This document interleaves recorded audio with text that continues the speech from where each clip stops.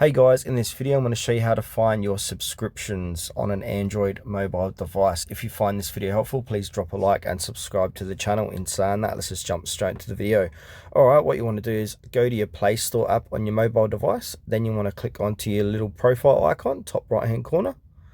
And then from here you want to click onto payments and subscriptions.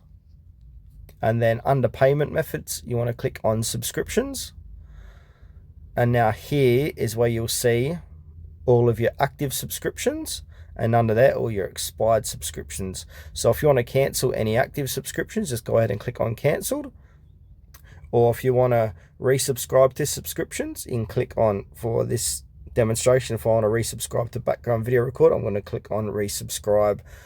And if you want to remove these expired subscriptions inside here, just go ahead and click on remove, and then click on remove again. And now that's been removed from my expired list. I could do TuneMe as well, remove this one, and there you go, my subscriptions has been removed.